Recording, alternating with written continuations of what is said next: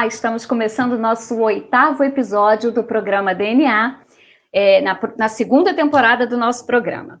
O tema de hoje falará sobre o mundo na pandemia e pós-pandemia por meio de 3 esferas de abordagem: psicológica, filosófica e política. Para falar disso, nós estamos conectados com um filósofo e psicólogo. Ele é mestre em administração e doutor em filosofia e autor de vários livros, entre eles Ética e Felicidade, a trilogia executiva Natura, Realização de um Sonho, a virada estratégica da Fiat no Brasil e os 2 lados da moeda em fusões e aquisições, e também o já esgotado Ética nos Negócios. Isso para falar só de alguns. Ele tem mais de 30 anos de experiência como pesquisador e professor de mestrado e doutorado da PUC Minas. Hoje ele dedica-se integralmente às atividades psicoterapêuticas e atua também como professor na Fundação Souza Brasil, em cursos de formação e aperfeiçoamento, e também como psicoterapeuta para a formação do cérebro coletivo, que é uma técnica destinada a empresas e famílias para promover a saúde de equipes de alta produtividade. Eu estou recebendo hoje o professor e doutor Roberto Patrus. Doutor Roberto, seja bem-vindo, é um privilégio, uma honra enorme tê-lo conosco. Muito obrigado, agradeço demais o convite, a honra é minha. Vamos lá, nós hoje vamos bater um papo bastante produtivo sobre as mudanças que vêm ocorrendo no meio dessa crise e nossas perspectivas aí de futuro pós-pandemia, né, professor? Para nós gerarmos algumas reflexões, né, diante dessa crise pandêmica e as consequências pós-pandemia, a gente quer abordar com o senhor 3 aspectos que estão voltados, são aspectos essenciais, né, da estrutura humana, que são os aspectos psicológicos, filosóficos, nessa perspectiva de mudança, e também política. Nós sabemos que na abordagem psicológica, vamos tentar fazer de uma forma bem didática, né? Nessa abordagem psicológica, a gente sabe que o ser humano ele é composto, né, ele é um ser biopsicossocial, como o senhor diz. Né? Então, ele se estrutura, o seu desenvolvimento depende do seu amadurecimento biológico, psíquico e social. Explica para a gente como que o que são essas abordagens e em que a pandemia afeta essa estrutura humana. Bom, a pandemia, ela traz mudanças. E toda mudança, toda alteração da nossa rotina faz com que a gente tenha que repensar a maneira como a gente vive. Nós estamos conversando, que poderia ser um encontro presencial via uma tecnologia, muitas pessoas estão com dificuldade de manter a mesma renda que tinham, outras estão assoberbadas de trabalho porque a área delas está sendo mais requisitada. Então, toda mudança gera um desequilíbrio na pessoa. Como a pessoa é um corpo, esse desequilíbrio pode acontecer no corpo dela. Né? A alteração de sono, a pessoa dormia em um determinado horário, passa a dormir, ela tinha uma rotina, quebra-se a rotina. Então, esse equilíbrio biológico da pessoa, que tem a ver com o funcionamento até mesmo da parte química da pessoa, é alterado, o que faz com que ela, vamos dizer assim, tenha o que a gente chama de angústia, que é essa sensação de mal-estar. A vida, na verdade, Ana, é um grande vazio. Se a gente não inventar um sentido, a gente não tem por que viver. Uhum. Então, quando muda o sentido que a gente estava dando para a vida, a gente se depara de novo com esse vazio. E isso gera uma baixa química mesmo, que os médicos dão o nome de angústia. Do ponto de vista psíquico, a capacidade psíquica de uma pessoa depende da capacidade dela de ter consciência da vida. Tem pessoas que são sonâmbulas, elas não param para pensar, elas vão vivendo pelos corpos. Tem um convite aqui, aceita, tem uma coisa que gosta, vai, encontrou um namorado, está na hora, casa. As pessoas não param para pensar em geral. Quando vem uma crise como essa, é a chance dela parar para pensar. Se ela não tiver esse hábito de ter consciência da vida dela, ela fica também desnorteada. Então, esse equilíbrio psíquico é ameaçado com essa mudança imposta por todos os impactos da pandemia. E do ponto de vista social, nós somos educados por meio do outro também. Nós somos seres sociais. Nós nascemos só com uma personalidade do ponto de vista bioquímico, mas o nosso caráter ele é formado pela nossa educação, pela família, pela escola, pelas igrejas, ou seja, pelo nosso convívio com o outro, pelo convívio social. Então, tudo vai depender de como que esse ambiente nos formou. Então, o primeiro caráter que nós temos, que em grego é um caractere, é o que vem de fora e imprime uma marca, como na imprensa.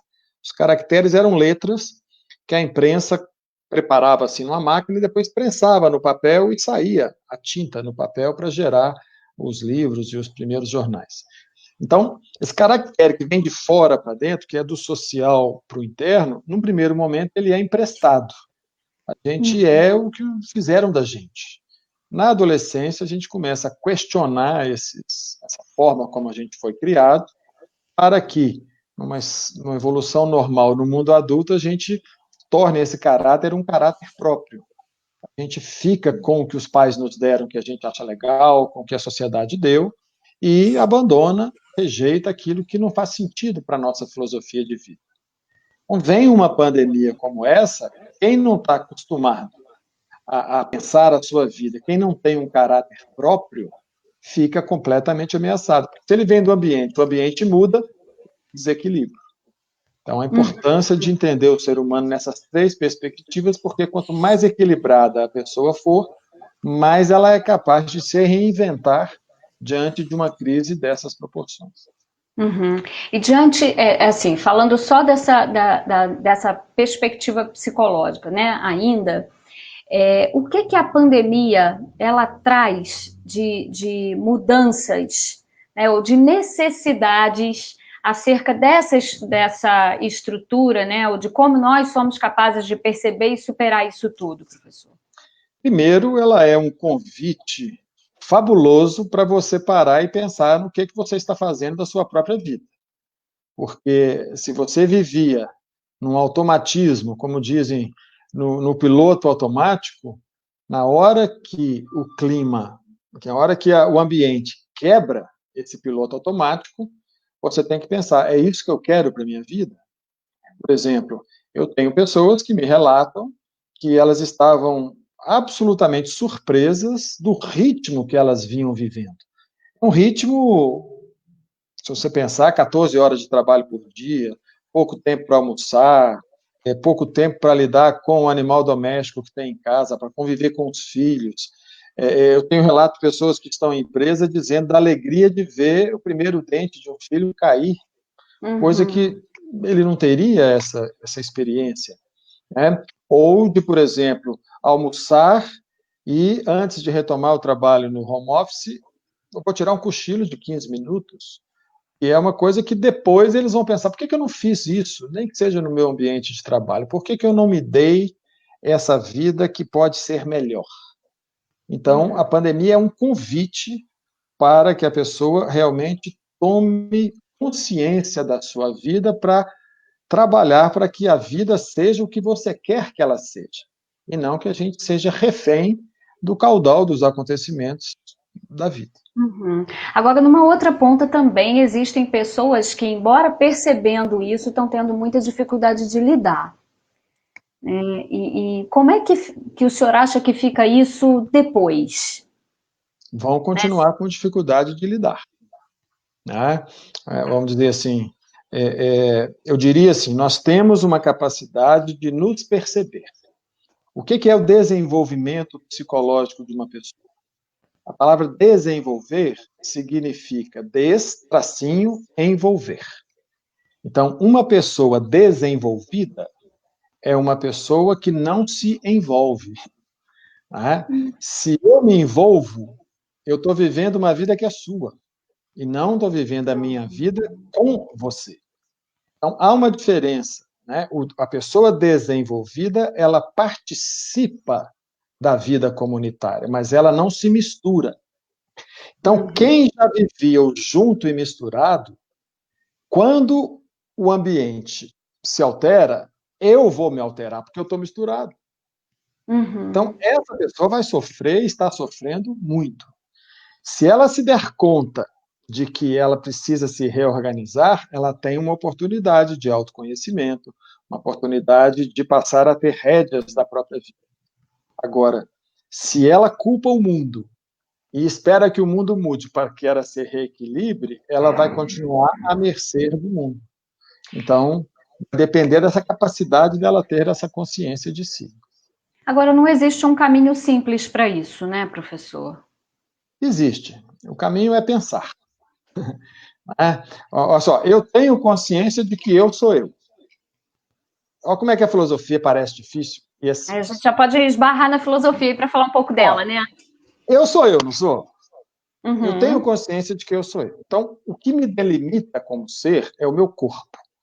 Eu tenho meu pensamento, mas se eu dormir, eu não consigo pensar. Então, meu pensamento advém do meu cérebro. Então, o que me delimita do ambiente é o meu corpo. Se eu sou eu, tudo que não sou eu é outro. Uhum. Então, eu não sou meu carro. Eu sou eu. Eu adoro meu carro, mas eu não sou meu carro. Se meu carro amanhã for roubado, quem se perdeu foi o carro, não fui eu. Porque eu continuo sendo eu. Mas se eu acho que o carro é a minha identidade, se eu sou junto e misturado com o carro, é porque eu não tenho ainda a consciência de que eu sou eu. Então o carro vai embora, eu deixo de ser eu. E é o que acontece muito nas relações mesmo, né? Quando a gente perde alguém, se essa identidade ela não for bem, né, bem separada, a pessoa acha que foi embora junto, né? Perde a referência. Avião sem asa, fogueira sem brasa, sou eu assim sem você. Quer dizer, isso é um absurdo do ponto de vista lógico. Porque a minha vida é muito melhor com o meu amor. Mas sem o meu amor, eu estou inteiro. Agora, se eu acho que eu e meu amor somos um só, aí não há dúvida de que se ele me faltar, como diria o Djavan, eu vou ficar que nem uma lua minguante, faltando um pedaço. Ou se quiser citar o Chico, né, já que eu estou musical, né, faltando um pedaço. Né, que a saudade é a dor num braço que já foi amputado, como diria Chico Buarque na música Faltando um Pedaço. Ou seja, há uma fusão de um círculo com o outro, se o outro vai embora, eu fico como uma lua minguante. Isso não faz sentido do ponto de vista lógico. E isso está dizendo muito sobre nós nesse cenário, né, professor? Assim, sim, essa crise não nos define. Exatamente. Nos define, no sentido de que seremos melhores definidos se superarmos essa crise, se entendermos, como se a nossa capacidade de nos reinventar nesse momento dissesse sobre o quanto somos desenvolvidos. É porque a crise é tão grave e tão óbvia que ela nos traz isso. É como se alguma pessoa próxima de nós morresse e você fala assim, poxa, eu preciso rever o sentido da minha vida. Porque a vida passa rápido, assim, para morrer basta estar vivo. O que a gente sabe é alertado quando aparece uma crise. Mas nós podemos exercitar esse pensamento para que a gente tome rédeas da nossa vida hoje. Porque nós superamos obstáculos diariamente. É um dia que você está com mais sono, que você precisa ir trabalhar. É um dia que o filho está doente e exige de você uma corrida por hospitais, por médico, ou você não dorme porque você está preocupado, porque está com febre, você põe no chuveiro para esfriar a febre. Ou seja, a vida é um constante desafio para nós. Né? Então, a pessoa que está aberta a pensar os desafios, a pandemia é mais um desafio, mais grave e mais global, mais geral. Mas continua sendo um desafio enorme. Viver é muito perigoso, diria Guimarães Rosa. Continua sendo. Não ficou mais nem menos, continua sendo. Sim. Talvez o impacto é que seja maior nesse momento, porque exige algumas respostas mais rápidas de nós, né? Sem dúvida. Professor, eu vou fazer uma paradinha, porque quem nos assiste na TV precisa da paradinha comercial. Então, a gente vai dar essa paradinha por eles e eu volto contigo já já, tá bom? Até já. Ninguém podia esperar a crise que o mundo está passando nesse momento. Um vírus invisível fez o Brasil parar. E essa paralisação está afetando a nossa vida de uma forma drástica. Mas vai passar. E é nesse momento que vamos precisar nos unir para vencermos juntos a crise gerada na nossa economia. Quando a quarentena terminar, Teresópolis vai precisar movimentar o seu comércio e indústrias para que os empregos sejam mantidos. Por isso, vai ser extremamente importante você consumir produtos e serviços de nossa cidade. Vai ser a hora de pensar em Teresópolis, de valorizar o nosso emprego e manter as nossas riquezas aqui dentro. Participe, divulgue. Vamos espalhar esse movimento para que todos façam parte. Viva o comércio local. Viva a cidade mais linda do Brasil. Uma campanha TV Cidade, Canal 9. Voltamos com o nosso programa DNA. Hoje eu estou recebendo o professor Dr. Roberto Patrus, psicólogo, doutor em filosofia, e a gente está conversando sobre o tema O Mundo na Pandemia e Pós-Pandemia. Professor Roberto, a gente falou no primeiro bloco sobre a abordagem psicológica, né, no meio dessa crise. Eu queria abordar agora o tema sobre filosofia com o senhor, né? Então, considerando todos os problemas que a realidade tem nos apresentado, é necessário que a gente faça uma reflexão mais profunda e, como o senhor fala, de conjunto, que é o que a filosofia é capaz de gerar por nós, né? Então, do ponto de vista filosófico, o que o senhor nos diz que a crise nos faz refletir, de fato? A filosofia é uma reflexão. Tudo que você, de forma rigorosa, como você falou, de uma forma global, de conjunto, considerando as várias dimensões, e de uma forma profunda, ou seja, de uma forma, eu diria assim, etimologicamente radical, você está fazendo uma reflexão filosófica. E o objeto da filosofia é problema, é uma reflexão sobre problema. Então, tudo que estava no cenário das empresas, no cenário das pessoas, uma crise como essa da pandemia, do coronavírus, acelera. As empresas que se digitalizaram, elas estão mais na frente do que aquelas que não tinham feito esse processo. Quem tinha o contato presencial com o seu cliente e não tinha, por exemplo, o acesso ao seu número de telefone, perdeu o seu cliente. Aquele que tinha consegue criar um delivery, um serviço online muito mais rapidamente. Essa é uma mudança assim, visível que todos os comentaristas percebem. A filosofia, quando ela vai um pouquinho mais profundamente, ela aponta para mudanças que só com uma reflexão e um diálogo como este nosso que a gente começa a perceber. Eu diria que, em dois aspectos, a crise acelera as mudanças. Uma em relação ao conceito de tempo e o segundo em relação ao conceito de espaço. Você quer que eu fale sobre o tempo primeiro? Posso falar? Quero. Vamos lá, vamos seguir. Bom, o que é o tempo? O tempo, num primeiro momento, ele era dado pela natureza. Não havia energia elétrica, não havia relógio mecânico, então, num primeiro momento, o tempo era medido pelo relógio de sol. Isso faz com que o tempo fosse calculado com horas provisórias. Então, por exemplo, no inverno, amanhece 7 horas da manhã, anoitece às 5 da tarde. O Sol vai girar naquele período. Então, ele girou de 7 da manhã às 5 da tarde. Se no verão amanhece às 5 e anoitece às 7 da noite, você tem 14 horas. Então, o relógio ele vai percorrer o mesmo percurso no verão, em 14 horas, ou seja, mais lentamente, e no inverno ele vai percorrer mais rápido. Então, a noção de tempo era dada pela natureza. Isso mudou com a Revolução Industrial, a partir do século XVI, com toda a modernidade. Quer dizer, o advento da máquina trouxe a novidade do relógio mecânico. E 1 hora vai ser 1 hora, e se o dia for 8 horas de trabalho, vai ser 8 horas de trabalho. Não importa se você acordar com o dia escuro, não importa se você voltar para casa com o dia escuro. Houve uma mudança radical na nossa forma de lidar com o tempo. E agora uma mudança radical também, porque o tempo ele se altera quando a nossa noção de... a nossa máquina já não é mais linear. A nossa máquina hoje, ela se transformou num sistema binário que permite uma regra geométrica de crescimento exponencial.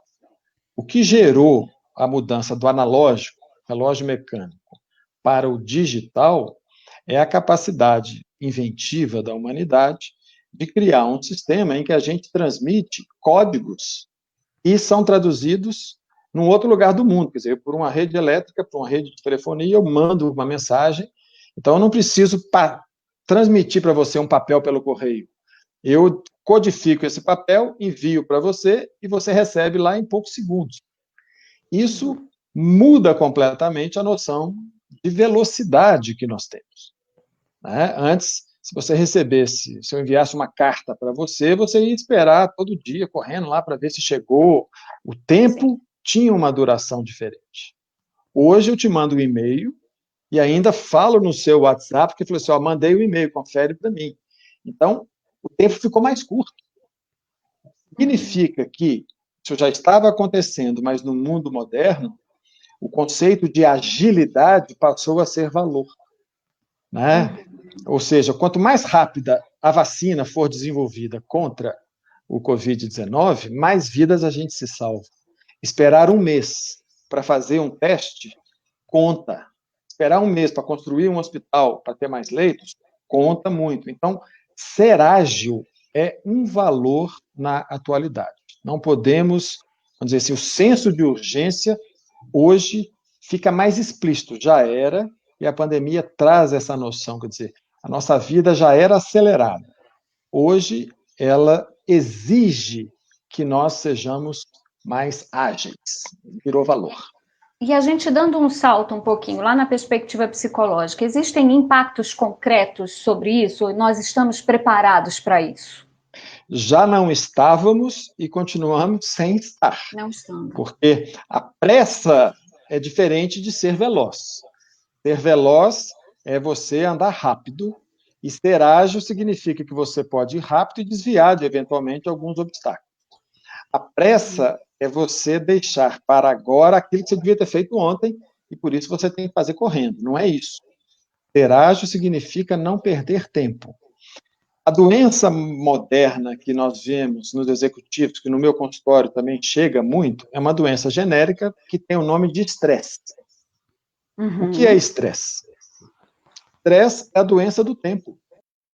É a pessoa que não consegue organizar o seu dia a dia e que o tempo vai atropelando a quantidade de coisas que ela tem para fazer, a ansiedade vai tomando conta porque ela não consegue, ela não sabe o que ela tem que fazer hoje, porque tem tanta coisa para fazer, e ela não dorme, e aí isso vai gerando um ciclo até um burnout, que é uma falência completa em que a pessoa realmente tem um colapso do seu equilíbrio psíquico. Né?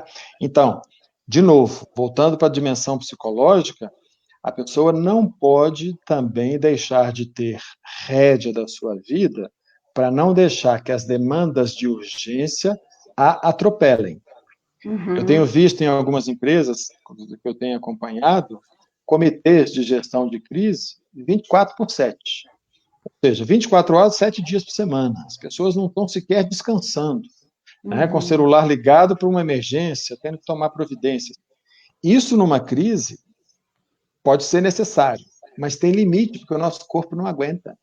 Então, quem tem essa consciência dos limites do seu corpo, voltando lá nas 3 estruturas, né, a consciência como a dimensão psíquica, consciência do meu corpo e consciência de que eu participo de uma comunidade, faz com que eu tenha que aprender a estabelecer prioridades. Eu costumo dizer, eu não tive tempo, significa, eu não dei prioridade para isso.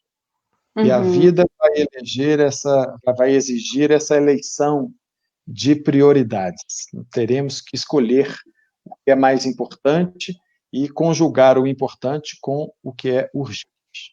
Isso, inclusive, é a premissa da gestão do tempo, né? Que é um tema tão discutido e as pessoas têm buscado tanto apoio profissional, né, para gerir melhor esse tempo. Professor, e na perspectiva do espaço? O espaço é uma coisa curiosíssima, né? Porque a gente pensava o espaço e pensa no senso comum como lugar. Eu não tenho espaço para colocar esse sofá aqui, porque o sofá é maior do que o cômodo. É um lugar físico. O espaço é o lugar onde você coloca o livro na prateleira. Então, essa é a primeira noção de espaço. ela foi completamente subvertida também na modernidade, com um filósofo chamado Kant, quando ele disse que a noção de espaço não pertence à realidade, pertence à nossa capacidade de compreender a distância.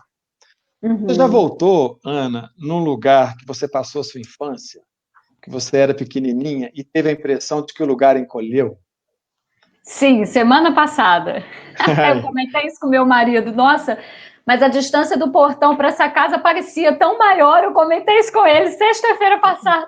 Tá vendo? A noção de espaço, ela também é formada mentalmente. Você pega uma pessoa que está dirigindo um carro, se ela dirige esse carro para ir ao restaurante, ela consegue ter uma noção de espaço. Se ela fica bêbada no restaurante e dirige voltando, a compreensão de espaço dela se alterou e é perigosíssimo ela dirigir depois de beber uma bebida alcoólica. O que significa que o nosso cérebro que organiza a noção de espaço. Né? Essa compreensão, que foi filosófica com Kant, depois o Piaget trouxe isso para o aspecto psicológico, ela já foi uma grande revolução na noção de espaço. Agora nós temos um fenômeno ultramoderno que se chama desmaterialização. Ou seja, o livro que eu colocava na estante, ele já existe como código no meu celular ou no meu computador. E ele está numa nuvem que não precisa de ocupar espaço. Né? Então, você tem lojas que não têm galpão, porque a loja é simplesmente uma plataforma que usa outras lojas que estão ali naquela plataforma para vender. Então, ela não gasta com espaço. O banco tradicional, que tem agências diversas, muito próximas até uma da outra, duas no mesmo bairro, né? O banco digital, as fintechs, estão oferecendo serviços bancários e não tem estrutura física. Então, há uma desmaterialização, o que significa que espaço hoje custa muito mais dinheiro. Então, nós falamos do tempo. Tempo é dinheiro e hoje espaço também é dinheiro. Então, assim, você vai num restaurante em Tóquio ou em Paris, que são cidades super povoadas com 1 metro quadrado caríssimo, você senta e uma pessoa senta do seu lado muito proximamente. Se você pedir um café no balcão, é 5 euros. Se você sentar, é 12, por causa do espaço que você está ocupando. Agora, como nós estamos conversando, né, para um programa que está na cidade de Teresópolis, você pode estar numa outra cidade, eu em outra cidade, não existe mais distância. Olha que fantástico. Né? A educação à distância, como diz o slogan da PUC Minas para a PUC Minas Virtual, é uma educação sem distância, porque qualquer pessoa em qualquer lugar pode estar próximo. Então, o conceito no mundo digital de distância também se alterou. E nós vamos ter que trabalhar com esse paradoxo de ter que manter uma distância física e uma proximidade digital. Porque quando eu estou em home office, o meu chefe sabe quanto tempo que eu fiquei logado, quanto tempo que eu não fiquei, que horas que eu acessei, que horas que eu parei. Quer dizer, o Big Brother virou realidade, diminuindo a distância, inclusive, do controle. Então, é uma outra revolução silenciosa, que eu digo assim, filosófica, porque ela está nas raízes da nossa organização social, que a pandemia realmente vai exigir adaptações nossas. E uma coisa curiosa que tem acontecido é que o isolamento social, na verdade, por meio dessa mudança da noção do espaço, não pode ser considerado talvez necessariamente um isolamento. Porque eu tenho vivenciado, por exemplo, experiências de estar muito mais próxima de algumas pessoas que antes eu já não tinha contato mais. Parece que, assim, essa sensação de isolamento nos trouxe uma necessidade de nos reconectar com pessoas que a gente há tanto tempo já não se reconectava. Isso também é uma mudança. Você acha que isso também é uma mudança na estrutura psíquica, nessa perspectiva social? Quer dizer, no que estamos nos transformando? O que isso pode dizer sobre nós depois? Quando você faz essa reflexão, isso sim é transformador. Se a pessoa não fizer a reflexão, não vai transformá-la. Isolamento, se você olhar, vem de isla, que significa ilha. Aislamento, em espanhol. Nós somos ilhas. E você usou a palavra que é reconectar. Então, por estarmos ilhados, nós precisamos de conexões. Essa é a beleza do isolamento. Uhum. Fantástico. Podemos tirar proveito disso, então. Claro. Professor, nós vamos fazer... Com tecnologia. Nós vamos fazer só mais uma paradinha, tá bom? Para o comercial da TV. Já já a gente volta novamente. Legal. Ninguém podia esperar a crise que o mundo está passando nesse momento. Um vírus invisível fez o Brasil parar. E essa paralisação está afetando a nossa vida de uma forma drástica. Mas vai passar. E é nesse momento que vamos precisar nos unir para vencermos juntos a crise gerada na nossa economia. Quando a quarentena terminar, Teresópolis vai precisar movimentar o seu comércio e indústrias para que os empregos sejam mantidos. Por isso, vai ser extremamente importante você consumir produtos e serviços de nossa cidade. Vai ser a hora de pensar em Teresópolis, de valorizar o nosso emprego e manter as nossas riquezas aqui dentro. Participe, divulgue. Vamos espalhar esse movimento para que todos façam parte. Viva o comércio local. Viva a cidade mais linda do Brasil. Uma campanha TV Cidade, Canal 9. Voltamos com o nosso DNA. Infelizmente, no nosso terceiro e último bloco, e hoje eu estou recebendo o professor doutor Roberto Patrus, psicólogo, psicoterapeuta, filósofo, também doutor em filosofia, e a gente está conversando sobre o mundo na pandemia e pós-pandemia. Professor, antes da gente continuar com o nosso tema, eu queria chamar a atenção para algumas participações. A gente teve a participação aqui da Thaís Nogueira, né, que ela diz que o caminho é o autoconhecimento e ela acredita que para isso é necessário fazer psicoterapia e ela garante, Roberto é o terapeuta, né? Ela está dizendo que a vida depois da terapia é outra. E temos aí a participação do Rodrigo Souza também, nos parabenizando pelo programa, né? Que está achando o nosso tema muito interessante. Obrigada pelas participações. Eu queria aproveitar e dizer que estamos abertos à participação, a perguntas, né? O nosso último bloco, mas a gente sempre dedica um pouquinho de tempo aí a contribuir, né? Para tirar dúvidas.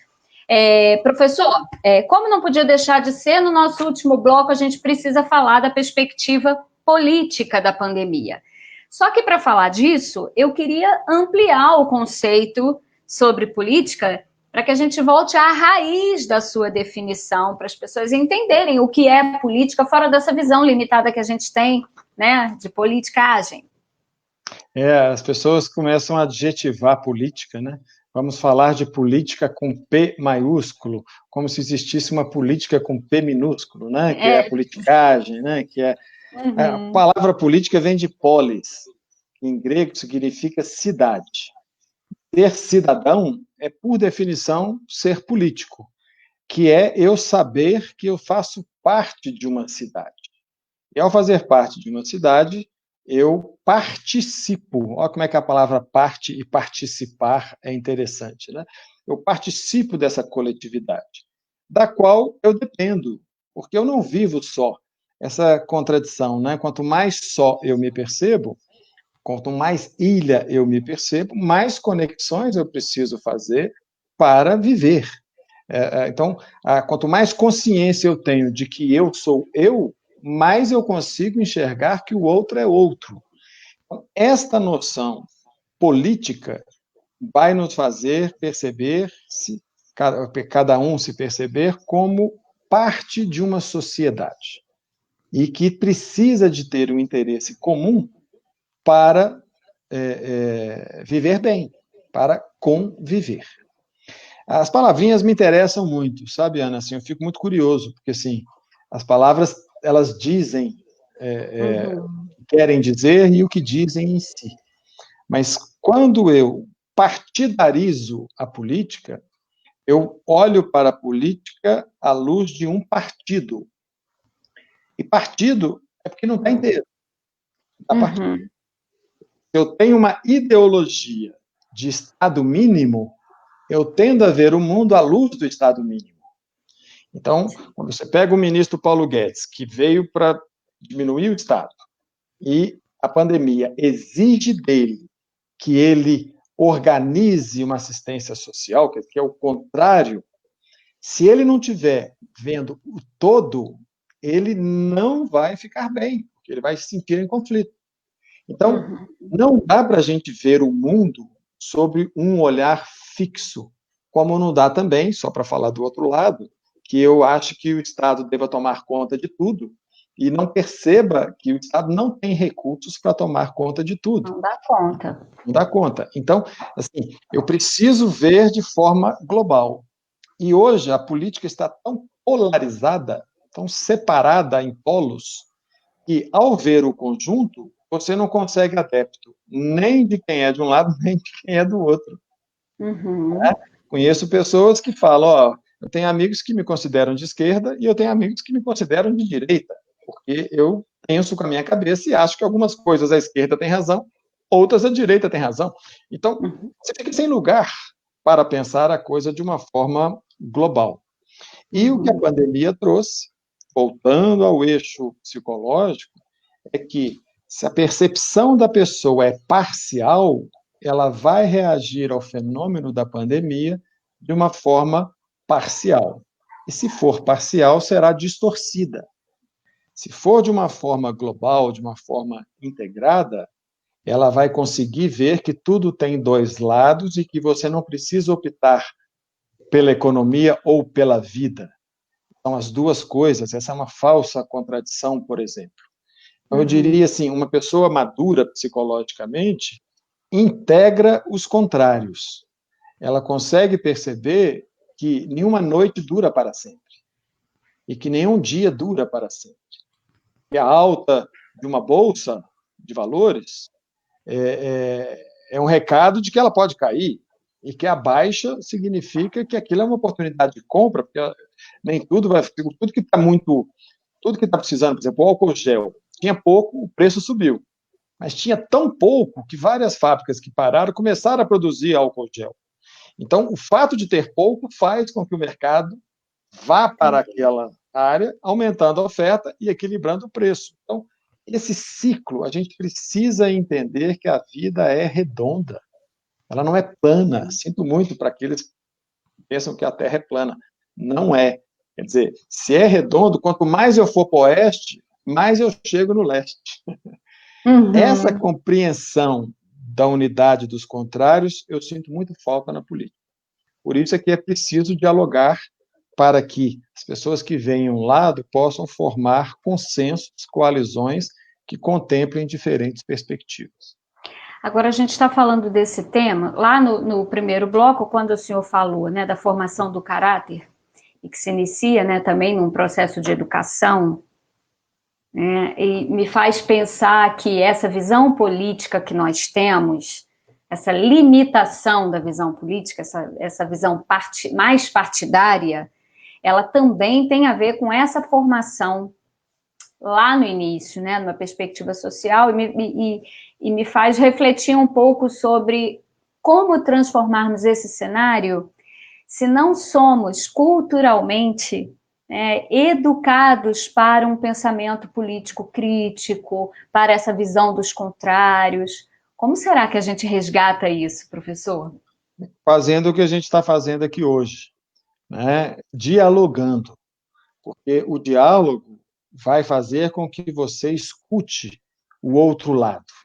Eu, quando estudei filosofia, eu aprendi uma coisa muito legal, porque a filosofia a gente aprende historicamente. Então, quando eu estudei filosofia grega, primeiro estudamos os pré-socráticos, depois estudamos Platão. Eu fiquei encantado com Platão. Eu disse, não, o cara é genial. Aí vem o Aristóteles e discorda do Platão. Eu falei, gente, mas o Aristóteles tem razão, como é que o Platão pode pensar isso? Mas eu pensava, mas eu concordei com Platão, agora eu estou concordando com Aristóteles. Com quem que eu concordo? Aí vinha um terceiro filósofo e conjugava os dois e criava uma outra perspectiva. O estudo da filosofia, como ele é de conjunto, você consegue ver o mesmo fenômeno sob diferentes perspectivas.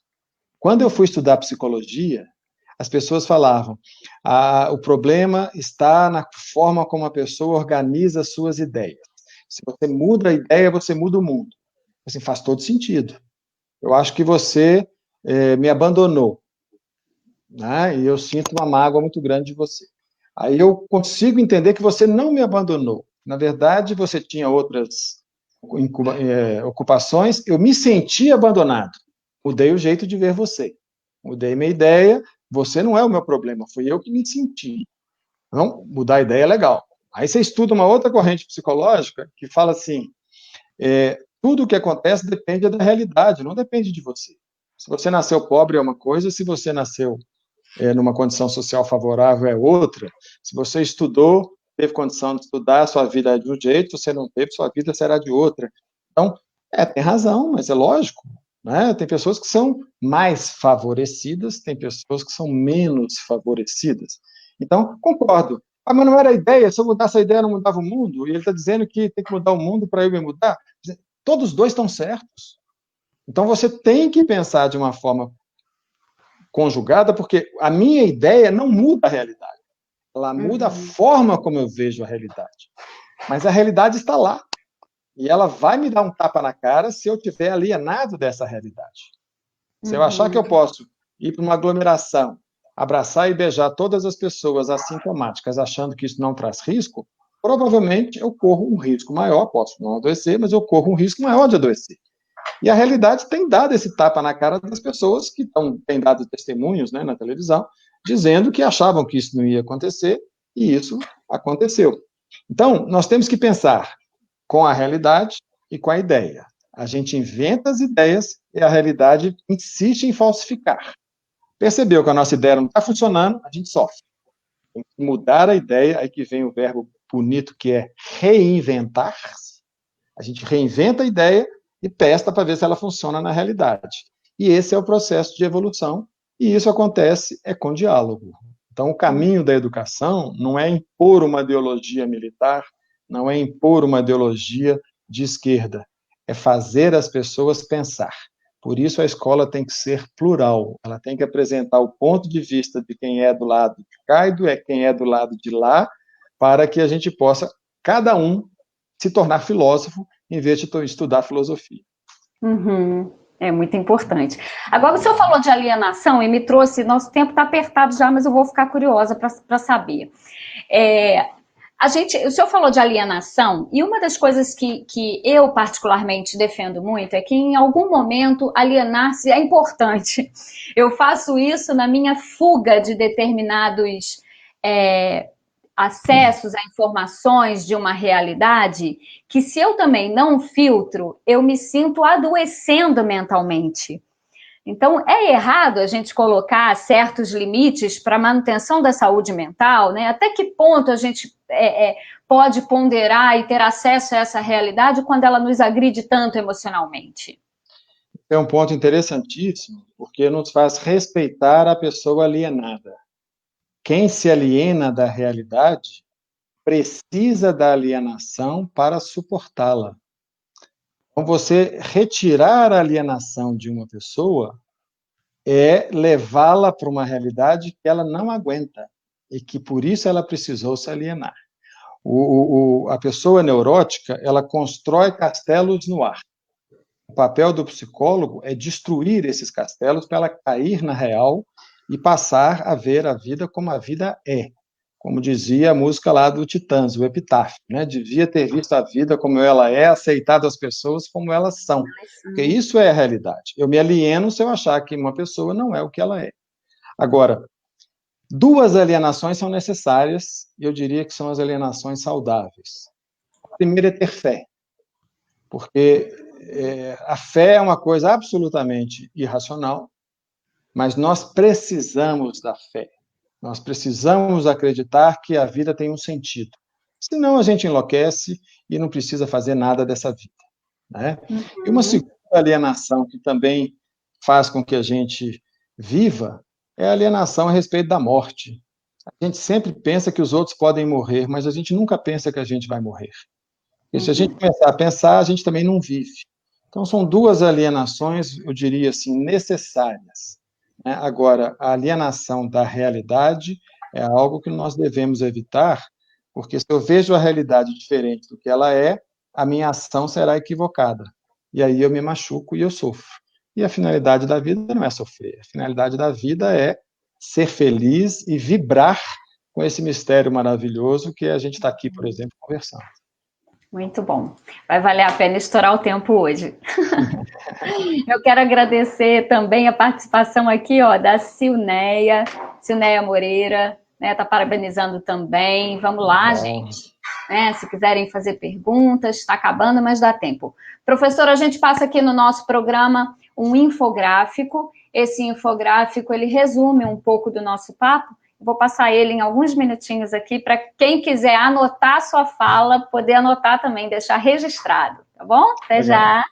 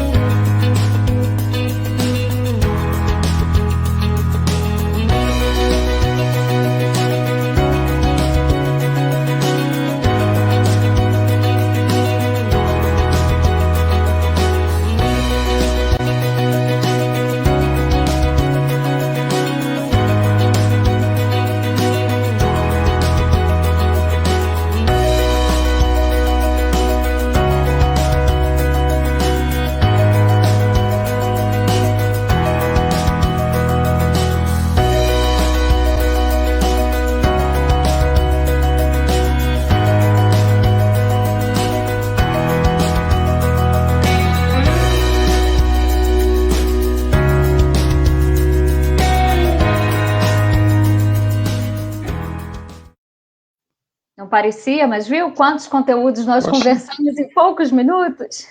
É verdade.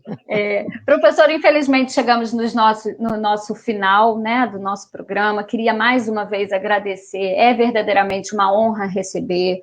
Né? Para quem não conhece o professor Patrus, em Minas Gerais, ele é uma enorme referência para nós, um excelente professor, um psicoterapeuta transformador. A gente se inspira mesmo no seu trabalho, nas suas obras. O senhor é uma referência, inclusive, profissional para nós.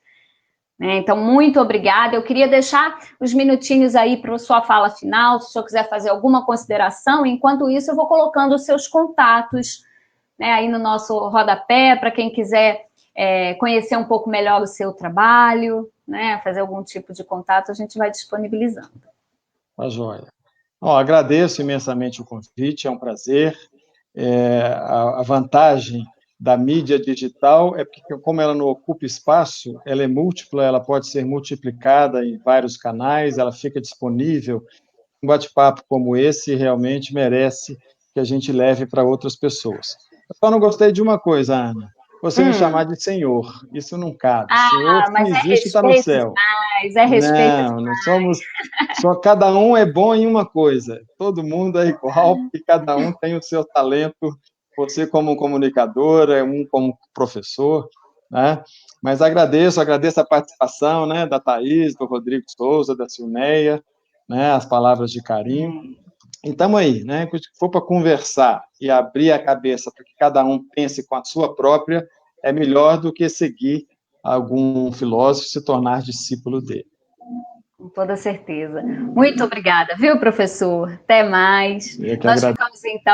Nós ficamos então por aqui. Lembrando que o nosso programa vai ao ar na TV Cidade nessa segunda-feira, às 9 da noite, e tem suas reprises durante toda a semana. Quem quiser acessar, ele permanece disponível nas nossas redes sociais, @TV Cidade, canal 9.